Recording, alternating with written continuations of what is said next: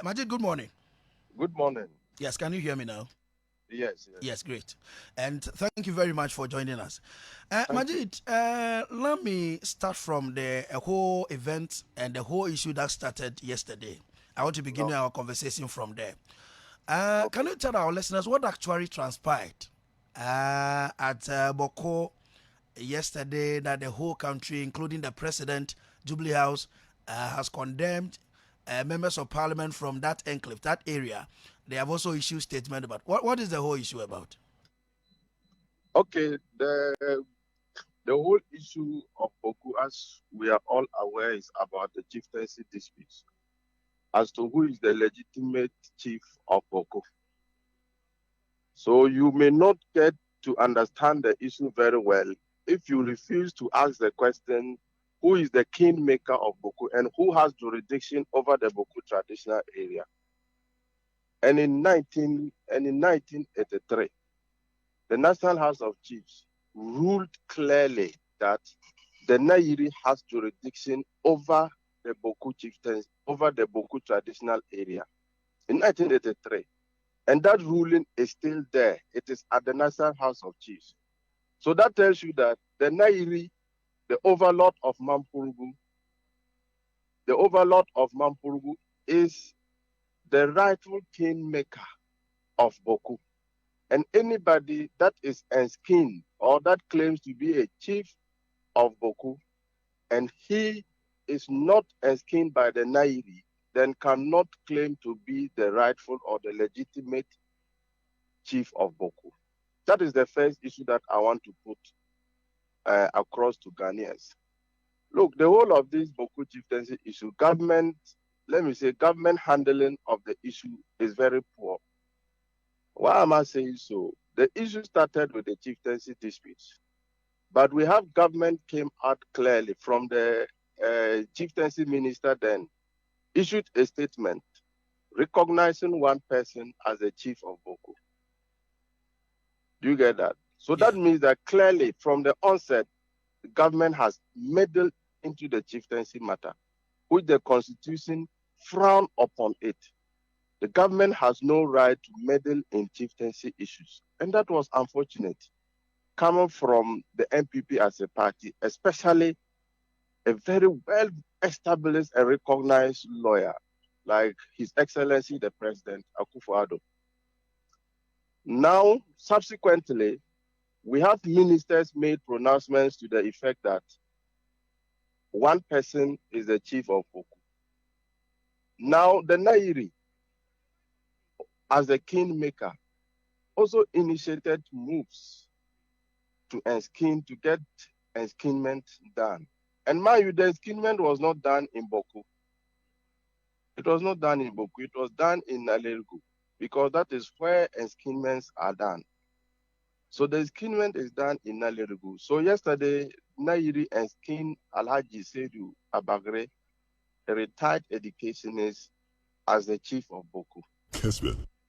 And that necessitated the press released yesterday that the information minister issued and was instructing the security personnel to arrest Alhaji Seydou Abagre, who purport to be a chief. And I think that, with all due respect, it is unfortunate, and I disagreed strongly with the letter written by the information minister.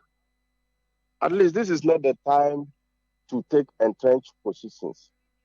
Because to me, the government, since day one, have gotten the crash of the Bawku matter wrongly diagnosed. So they continuously gives out informations that are not geared towards solving the issue.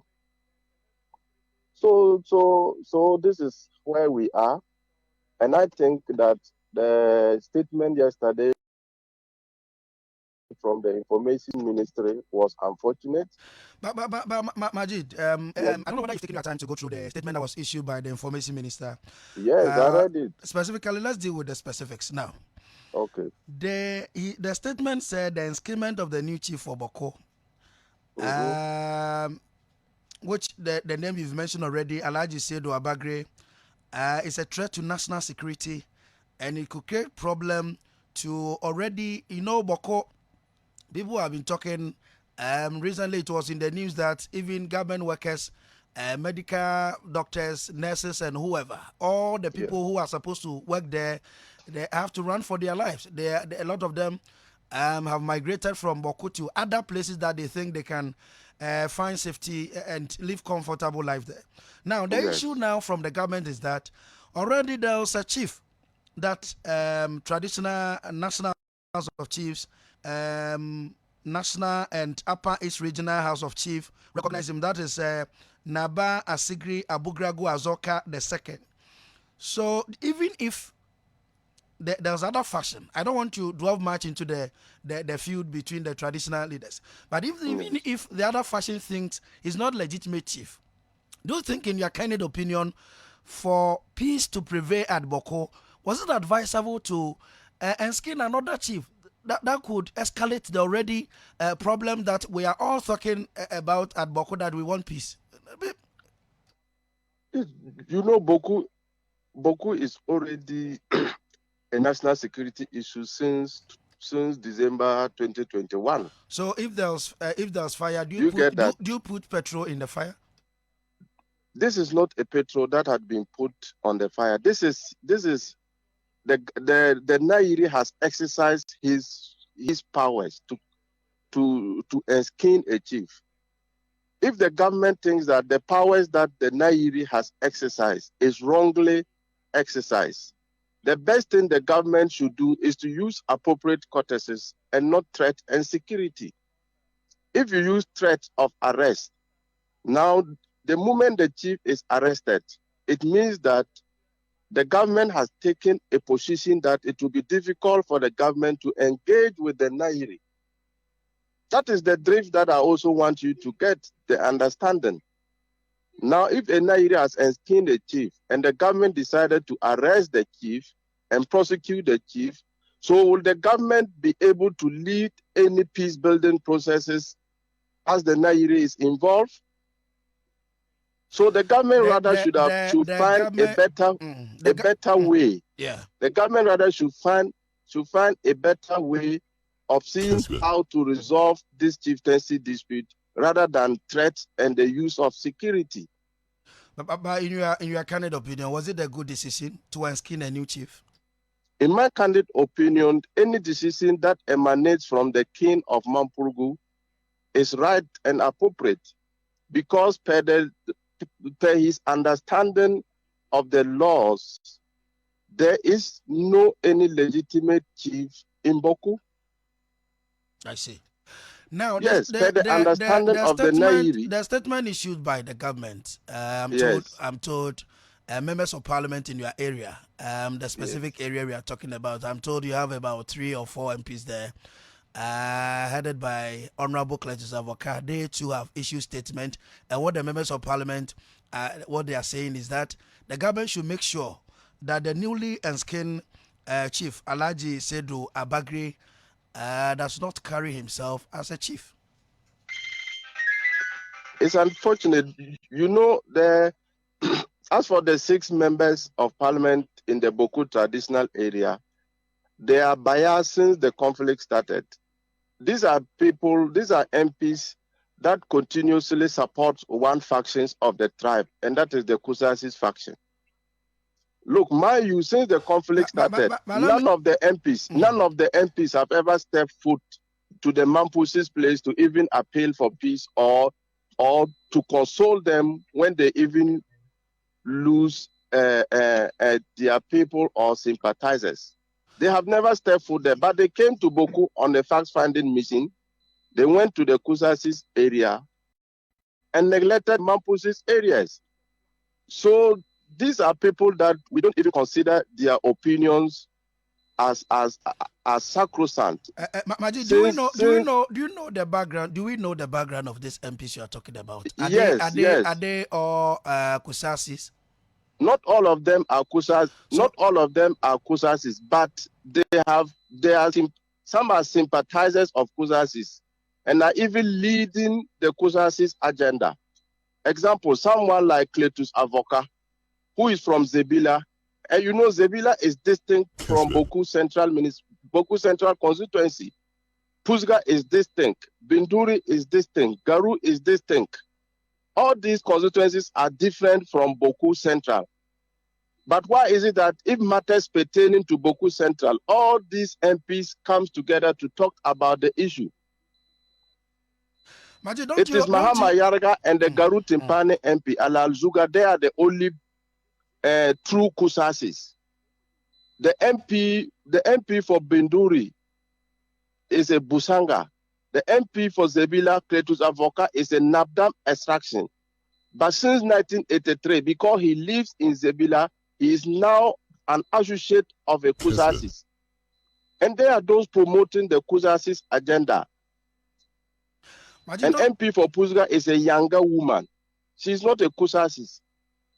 So what I want you to understand is that these 6 MPs, since day one, their posturing is not towards helping to build the peace that all of us are looking for, but rather their posturing is to further the interests of the Kusasis so that they can benefit politically from them. Aside from that, they do not have Bawku at heart.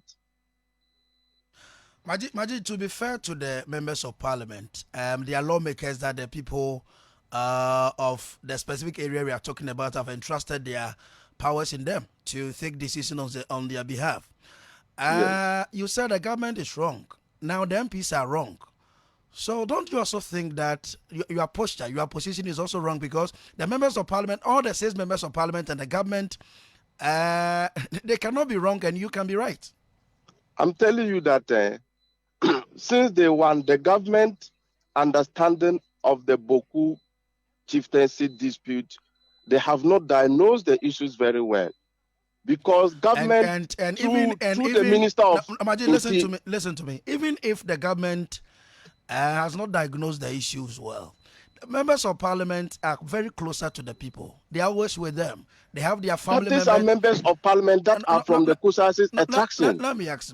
Let me proceed. I'll let you talk. Let me ask the question. Okay. They are very closer to the people.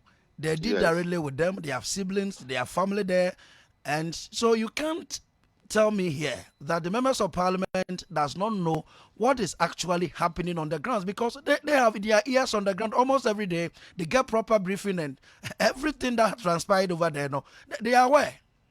What I'm putting across is that they are aware, but they are doing propaganda with the Bawku issue, and they are defending the interests of the Kusasis and not the people of Bawku. In 1983, Kletus Avoka was a lawyer of Anichema Abugravo, the current. In 1984, Kletus Avoka is a lawyer of the current chief that the government is recognizing. So imagine such a person. Do you think that he will be fair in stating issues and facts to the Ghanaian populace? Will he be fair? Because since day one, all of them have already taken sides in the Bawku chieftaincy matter. And I have stated it to you that since the conflict erupted in 2001, ask the MPs which of them have ever stepped foot in the Bawku township to also assess the challenges that the Mampusis are facing in Bawku. None of them. Mind you, Ayarga is a cousin. Ayarga's mother is my auntie. Mama Ayarga's mother is my auntie. But Ayarga has never ever gotten in touch with any Mampusi elder, be it an opinion leader, to also find out the happening that takes place in Bawku. Okay. All what he does is he takes issues and decisions based on the Kusasis' interests. Maji, let me find out. This will be a very tough question, but you have to answer for me. What do you think will be the interest of the government, the interest of the 6 MPs to side with the Mampusi people and the Kusasi people and neglect you? What do you think will be the interest? Their interest is, I can tell you that it is political interest. And are you the government thinks they can get? Are you telling me that Mampusi people, they don't also vote? They doesn't vote? And that the government doesn't recognize the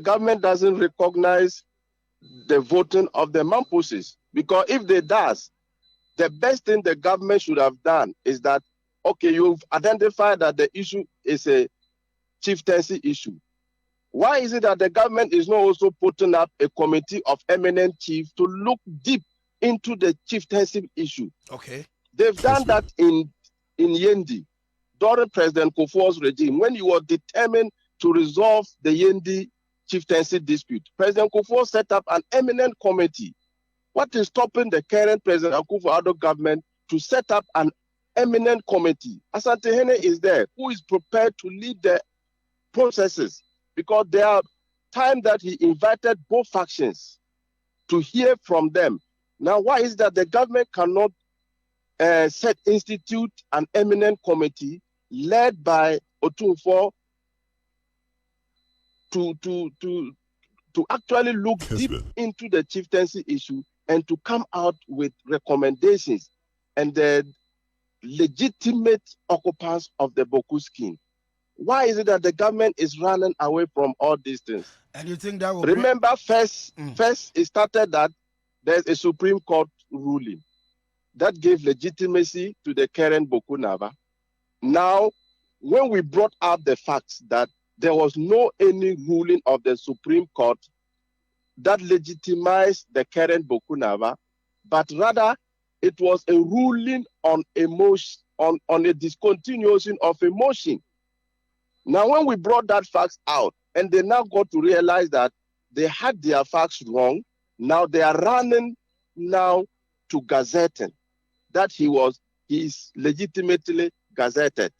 And in that regard, gazetting, very soon our lawyers will come out appropriately to respond to that aspect of the information minister and the government statement. And you will get to know that the government again will run away from the gazetting. And that is unfortunate. So the government is changing positions. So Majid, whilst waiting for the statement or response from your legal team or lawyers, what is the current situation now? Because the national security, government, and even your members of parliament are saying that Alhaji Sedu Abagri should not carry himself as a chief, even though he was unscathed yesterday. And subsequently, I'm told the police are also looking for him to get him arrested. What is the current, the police have not. The police have not gotten to us, or the police have not reached him that they want to arrest him. He is there. If the police want him, he will submit himself with his lawyers. And then we will get the charges that they will prefer against him. And the lawyers will take it up from there. So where is Alhaji Sedu Abagri now? Where is he now? He's in Nalergu. The enskinment processes took place yesterday, and still there are other traditional processes that he needs to follow. So he's still in Nalergu. So let me find out this. Are you telling us this morning that the processes that they began yesterday is still ongoing? But it is complete. It's just left with some small sacrifices that they are going to make, and that will be all. I think by now, they will even be done of it. So they are completing with the sacrifices this morning. Is that what you're saying?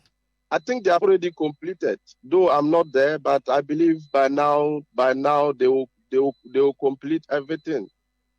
This morning. Yes. Despite the statement issued by the government. The statement issued by the government, is it a restraining order? Please, we are in a democratic dispensation. A statement is not a law. It is not a restraining order from the court. Okay.